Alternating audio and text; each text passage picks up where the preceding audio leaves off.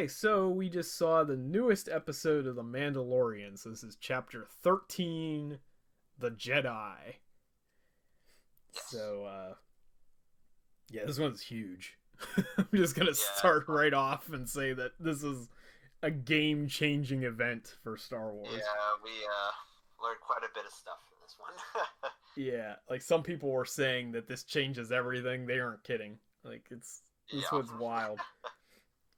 And this will have obviously we'll have spoilers in it, Yeah, so major spoilers. spoiler I'm putting spoiler warning. I put a spoiler warning in all of the Mandalorian reviews or reactions, but yeah, this one's heavy spoiler warning on this one. Yes. So yeah, this is gonna change the entire direction of the EU, or wait, it's setting up the EU or Legends or whatever. But yeah, it changes the direction completely from the Disney canon to also including all the previously discarded canon for the most part. Hmm. So, yeah, we talked about last week's episode, which a lot of people online were calling filler, but that's ridiculous because last week's episode actually explained the plot of the show, at least as far as we had known it at that time. Yeah. And it was beginning the very end, like last 5 minutes revealed why they wanted the child, what Yeah. they were doing, because they had secret labs that were basically creating Snoke, an early phase Snoke, and then they're talking about the rise of the First Order. So it was setting up a lot of stuff that was going on in the Disney canon. Yes. This one backtracks it, which we all thought was going to happen because Dave Filoni directed this episode. It's called The Jedi. We knew Ahsoka was in this season, so they didn't waste any time. Like, Ahsoka shows up 5 seconds into the episode.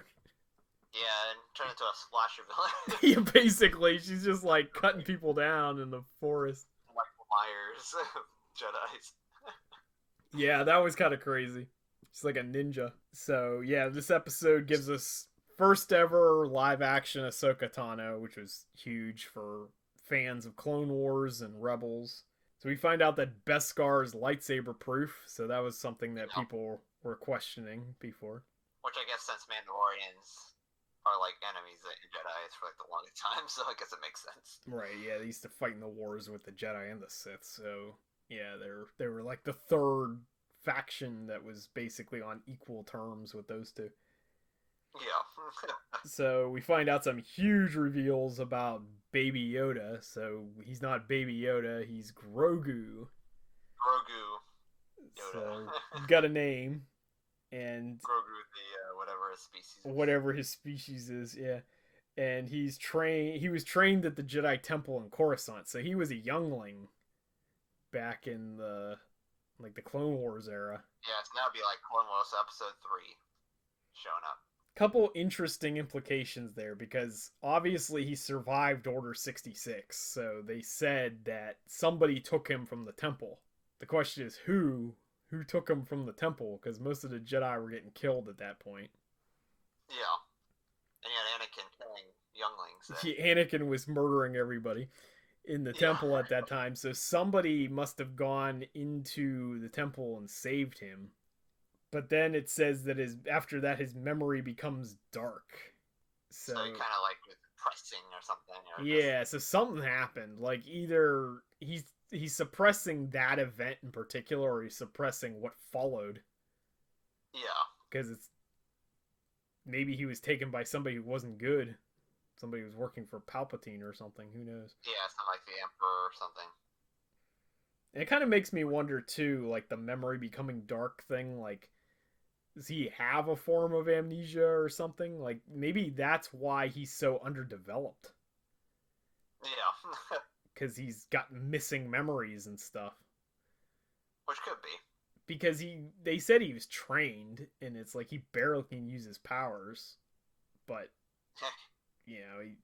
he's used powers before that were pretty impressive. Like he can heal people. He lifted like that giant rhino thing in this first season, so it's like he has abilities, but he can't talk. He has like issues reasoning, Yeah. and he's 50 years old. Like, I know his species lives to be like 900 or whatever, but that still would be the equivalent of like a 5-year-old. He is nowhere near a 5-year-old in No. his cognitive abilities. He's like a 5-month old. Yeah, he's still So, like cooing and babbling. Like, right, yeah. So maybe the reason why he's underdeveloped is because he's has so much like emotional trauma or something that yeah, because I think even Ahsoka even said he like I can't train him because yeah, she can't of train his him. fear will bring him into a dark side or something. Yeah, he's got too much fear and he has too much attachment to Din, to Mandalorian. Yeah. So that was an interesting thing. Brings up the big question of who took him. It's either Yeah. some Jedi took him, maybe somebody else that was in the area, or somebody working for Palpatine, maybe. I know wasn't there a rumor that Hayden Christensen was supposed to be in the Mandalorian somewhere. I kind of wonder if there's going to be a flashback. Yeah, I mean the rumor was that he was supposed to be for the Obi-Wan series, but that doesn't mean Oh, okay. Okay. that doesn't mean anything Yeah, get my because he could have. Star Wars shows all mixed together. Right, but he could have been. They could have thought he was for the Obi-Wan series, and he's really for this. Yeah, and just have like a Same, flashback scene of him at Coruscant, because that would make sense at the same time. It's because like at the same time period. right? Same with Ewan McGregor because Ewan McGregor was on the set of Mandalorian, Oh allegedly, yeah, just for fitting for his clothes or whatever. But that doesn't mean that he didn't film a scene when he was there. yeah, just like a flashback scene or something of them at Coruscant, which makes sense because all those characters are there. Right. Yeah. So what happened? A lot of stuff happened that Yeah, because people were like, some people are worried that they're gonna create plot holes or something, but it's like, okay, Ahsoka, that character, people love the character of Ahsoka. She's like one of the most important characters in all of Star Wars canon. She's never mentioned once in any of the movies. yeah, So you could get away with quite a bit in these yeah, these gaps. And okay, so then more big stuff. So they name drop Thrawn, which yeah. Because that's what Ahsoka's looking for.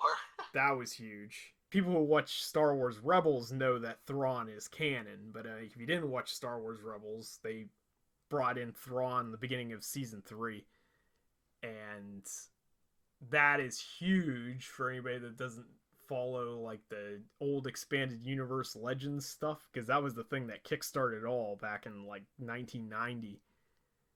Yeah, And like, Thrawn, especially how popular Thrawn is. yeah, those Timothy Zahn novels, that is pretty much what started the rekindled all the interest in Star Wars in the 90s, and was probably hugely instrumental in George Lucas actually doing the special editions and the prequels and everything else. Yeah. And actually, just to show how much influence that had, Timothy Zahn invented Coruscant. Because Coruscant is not named in anything Lucas came up with before the Thrawn novels. And then Lucas liked the idea so much that became the capital of the galaxy. Oh, there we go. So yeah, these are hugely influential, but that makes you wonder how much more are we gonna get? We gonna get the entire EU just reworked into the new canon? Which actually would be that would actually be kind of cool. Because that's what I think what people want. Like, are we get Thrawn? Like, we could eventually end up with like the the clone of whatever, but they're doing the clone stuff in this show. Yeah. Like, that's the whole point why they want Grogu, is because they want his midi-chlorians or whatever so they can make force-sensitive clones. Yeah. So that could lead to the clone of the Emperor, or the clone of Luke, whatever, all that crap that was going on in the EU. We could get Mara Jade, even, like, because that's a fan-favorite character or whatever, and people were like, they thought that Last Jedi made it so that was an impossibility, but honestly, is it? Like, there's 25 years between now and Force Awakens. Yeah, exactly. It's a long time between the two. It's a lot of time, and Luke doesn't really tell us much of anything. of what he's been doing the last 25 years. He was just running away. Yeah, but he's only did that for a few years. Yeah. Because he did that after Ben became Kylo Ren or whatever, but Kylo Ren's only existed for like 7 years at that point. Like, he turned to the dark side when he was like 23. Ben exists in The Mandalorian, but he's like 5 years old at this point. Yeah. So when you think about all that stuff, there's a huge gap that a lot of stuff could be happening between now and The Force Awakens, and stuff could be happening alongside The Force Awakens, because in the grand scheme of things, between Force Awakens and The Rise of Skywalker is like a month of time. Yeah. Because The Force Awakens and The Last Jedi happened like days apart from each other. So, yeah, that was like, in the grand scheme of Star Wars, that was like a bad week. Yeah, pretty much. So there could have been a lot going on, because none of these characters are in the sequel trilogy. Doesn't necessarily mean they're all dead. They could be doing something else. So yeah, we'll definitely be interested to see where they go with this. And then the last big drop, like name drop, was Tython, which is also from Expanded Universe canon. I think is like Old Republic and some other things. Yeah, Old Republic. You play the Old Republic game MMO. That's where you start off when you're the Jedi. Like, if you pick a Jedi, start off in Tython. That's like where you start. Yeah, and I think there was a Darth Bane novel that came out like a few years back, and that featured Tython heavily. And in the old, well, it wasn't canon, but in the old Legends, EU, whatever, Tython is like the original planet of the Jedi. So we get to see that. They tell Ahsoka says she can't train Grogu because he's too attached to Din. Yeah. So, and she's seen what'll happen to a Jedi Knight that has attachments. It's like, I thought it was kind of funny that she didn't call him a Jedi Master.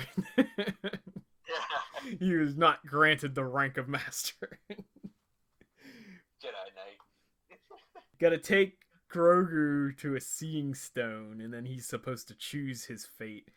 But when he does that, the Jedi will sense him, and then some Jedi maybe will come. But there's not too many Jedi left. So that's another interesting question, is the only Jedi left alive that I'm aware of at this point is Ezra from the Rebels, which, I mean, he's not that important in the scheme of things, and Luke. So, which I was hearing something about Luke. They were thinking about trying to get Luke in here somewhere, so maybe that might be it as well. Maybe he shows up. Yeah, we don't know. Like, that's the thing. It's kind of cool, is that we're going in completely blind from last episode on, because episode 4 was the last episode to have any actual footage from the trailer. Yeah. So we don't know anything about what's happening from now on, unless you go to like all the leaks and spoilers and stuff. But yeah, like a normal casual viewer who's not trying to spoil it for themselves isn't gonna know what's happening at all. So, you know, it could be Luke. Actually, Luke makes more sense than anything, because he would have been trying to build the temple at this point. Yeah. And, because Ezra, last time we saw Ezra, he was, like, hunting after Thrawn. So that would tie in with the Thrawn thing, which Ahsoka is currently doing now, so that plot line at the end of Rebels apparently is still going on. But, yeah, if they bring in Luke, that's going to be crazy. If they bring in Ezra, that's going to be crazy for Rebels fans, and possibly could be that one actor that was posting all that weird stuff on Twitter about him being Ezra, and then he was like, I'm just kidding. And it's like, but are you? Are you? Yeah, so I don't know what that was about. There's also a bunch of rumors about like all these Filoni-verse spin-off shows too. So like how much of this is going to be in The Mandalorian, and how much is there, you know, there could be the Ahsoka could get her own show. Like all these things could happen. Supposedly Boba Fett's getting his own show. So it's like we may not see Boba Fett again this season. We may not see Ahsoka again this season, because this was planting the seeds for all these spin-off shows that we could be getting in the future. Yes. And and if it's not Ezra and it's not Luke, then this is gonna be even more mind blowing, because that means they're gonna have to bring in either a new Jedi that we've never seen before, which isn't gonna have much of an impact because you can be like, who's this guy? Or they bring in a Jedi that we thought was dead. Yeah, they were still alive, and like, oh yeah. Yeah, that's possibly even more mind blowing than Luke. Although, I mean, Luke makes the most sense at this point in the storyline. Yeah. Like, it's almost, if they don't bring Luke in, I think some people are going to be disappointed at this point. But it's probably crazy, but one fan theory I've heard floating around about this episode, I didn't watch this video because I didn't want to be spoiled, but I saw the video title. So we're just gonna name drop the guy because it's only fair that you check his videos or whatever if we're gonna talk about his theories. But this is a guy called Star Wars Theory. He's a huge Star Wars channel, and he's got really good videos. So I don't want to be one of those guys that like steals his stuff and then doesn't credit him, because he's complained about that on some of his live streams. That people watch his live streams and then they take ideas and then they make whole videos and they don't talk about him at all. So check out his channel. Probably put a link in the description if we're gonna be talking about him. But he's been dropping some theories lately that he thinks Mace Windu might still be alive. Mace Windu. Oh, there we go. Yeah, because we never did see him die, so we don't know. Right. He's supposed to be like the most powerful Jedi in existence. Like, he was basically more powerful than Yoda, and he got knocked out a window. Yeah. So it's like, and Sam Jackson's like teased stuff in the past that was like real coy about it, and he would be saying stuff like, you know, Jedis can survive falling from a great height. You know, he's just like putting these hints out there. Maybe he might be coming in. And right, and there was that rumor a few years ago, not years ago, a couple weeks ago, that Sam Jackson was doing a Star Wars project, because we all assumed it was a Nick Fury show, but as of yet, I don't think there's been a Nick Fury show confirmed. Yeah. And he was at Disney. He was there filming stuff for a Disney program. Maybe it wasn't. Yeah, maybe it was this. Yeah. He's like here. That'd be kind of crazy, actually. Yeah, so that would be more mind blowing than Luke, even.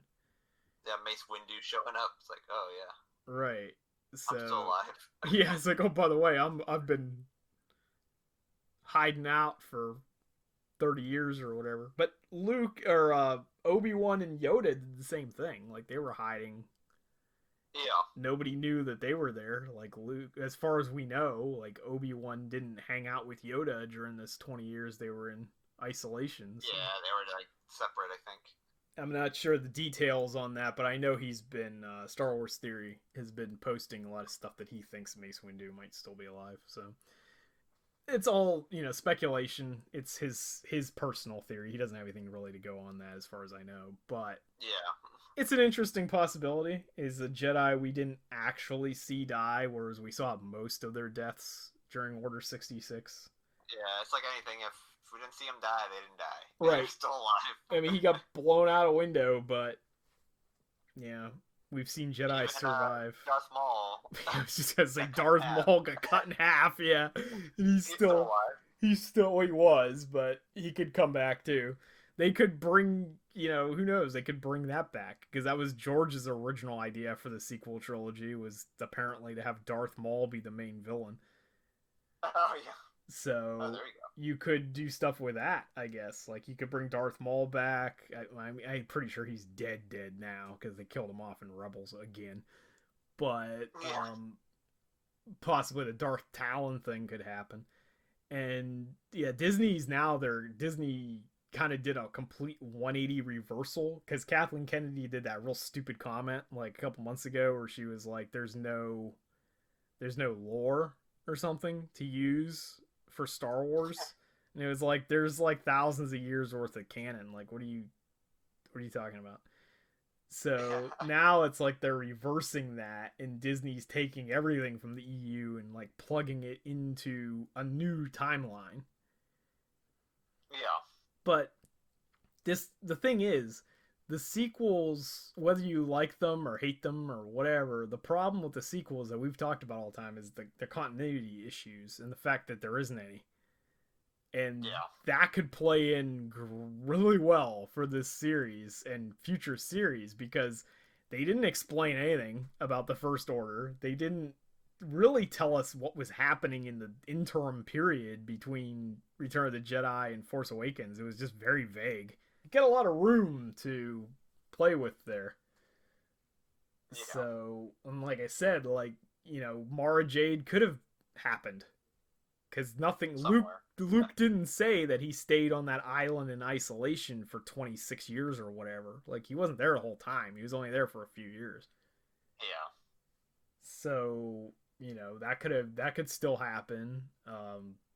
Literally anything could happen. You could have the Yuuzhan Vong War or something could happen. Like, anything could get reworked into this new timeline. I don't know if they're going to bring Palpatine into this ever, because I think people saw enough of that crap in Rise of Skywalker. Like, I would be much more interested in Palpatine's was just chilling out on Exegol for 30 years, coming up with his crazy plan, and nobody knew about it. So I would prefer that to be its own wacky thing that happened and just forget about it. I think the main villain is Thrawn in this show now.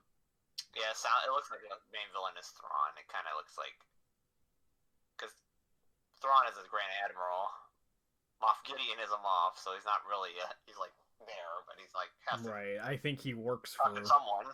I think he works for Thrawn above him. So yeah, I think Moff Gideon works for Thrawn, but Moff Gideon's an interesting character in his own right, because Thrawn's more like a mastermind genius. He's like the evil. He's kind of like, I guess he'd be like Picard almost. He's like Picard. Yeah, he's like a evil Picard, or like sometimes. Or Picard from the TV show. Right. Yeah, from the Picard series. Yeah. So, like, we were talking about Star Wars Theory before. He's done videos on like the Chiss and stuff. That's the species that Thrawn is. And he's kind of likened them to like the Star Wars equivalent of the Vulcans. So, okay, yeah, that makes more sense. Yeah, like that kind of thing. Yeah, so they're like statesmen, diplomats, and like mastermind genius. So he's like this huge tactician. It's kind of like fighting Moriarty or Sherlock Holmes or something. So, like, he's the guy that would be the mastermind. He's actually, I mean, in canon, Palpatine is supposed to be the mastermind behind everything, but I feel like Thrawn is like on a higher like intellectual level than Palpatine. Cause in the books, Thrawn was kind of hanging out in the Outer Rims, like destroying things, like taking over things in the Outer Rims. That's like his whole thing. Right, which is this. Because they just said that last episode that there's something going on out here in the Outer Rim, like. Yeah. So, because that guy tried to recruit Cara Dune by, like, saying your planet blew up. Did you lose anybody? But aside from that, he was complaining about how there's a lot of weird stuff going on here in the Outer Rim, and like the New Republic's not doing anything about it. Yeah, and that's effectively how Thrawn got his power, I guess, because he was out in the Outer Rim. Because being the Empire, being at someone's Chiss is kind of, at least according to the canon, the other stuff, the Empire's kind of more like your. Yeah, they're like Nazis. Yeah, they don't. Almost like that. So they're kind of like, they don't have aliens as like high level people. Right. Yeah, he's like the one exception in the entirety. Yeah, he's the one exception. Right. He was handpicked by Palpatine. That's like his whole thing. So. Yeah. So we could see that. I think we are seeing that because they mentioned Thrawn. We could see Luke, if Luke does arrive in this canon. You could see Luke's character be completely redeemed, because we're probably gonna get badass Luke from the old expanded universe stuff. and everything that happened with that. I mean, you might even have Leia doing stuff. I mean, who knows? You know, Han Solo's out there. Like, you could do all that stuff. And then Boba Fett is, we know he's alive, just like he was in we saw him. So we saw him. And then the newer canon stuff that's set up in the Clone Wars and Rebels and stuff, like Bo-Katan is trying to retake Mandalore. So, like, at some point, that's going to happen in The Mandalorian, obviously.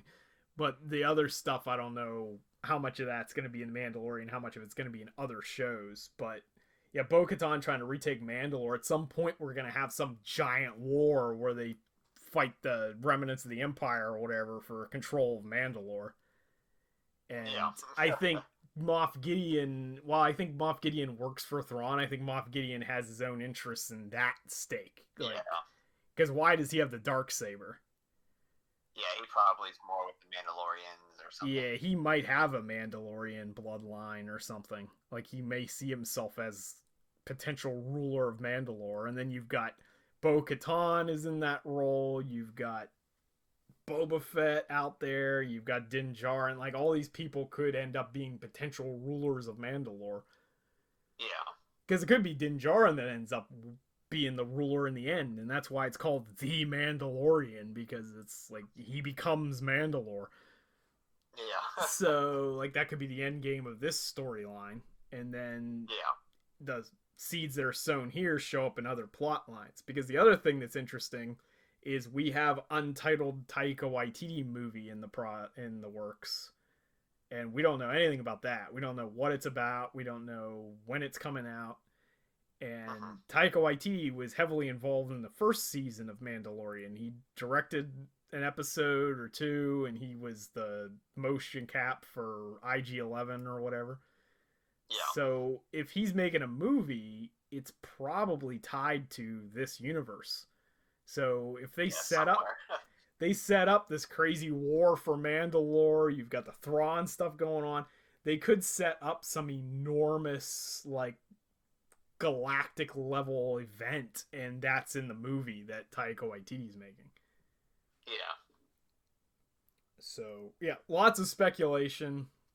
Not much of a review this time because we mostly covered the basics of the episode, and then it's just crazy questions that were posed on that one. So yeah, I mean, that's all I can say about this. I don't know if you have anything more you want to say. Nah, I think we got pretty much everything. All right, so yeah, obviously we definitely like this episode a lot. So yes, if you're paying attention to Mandalorian at all, definitely check this episode out, and looking forward to seeing what happens next week.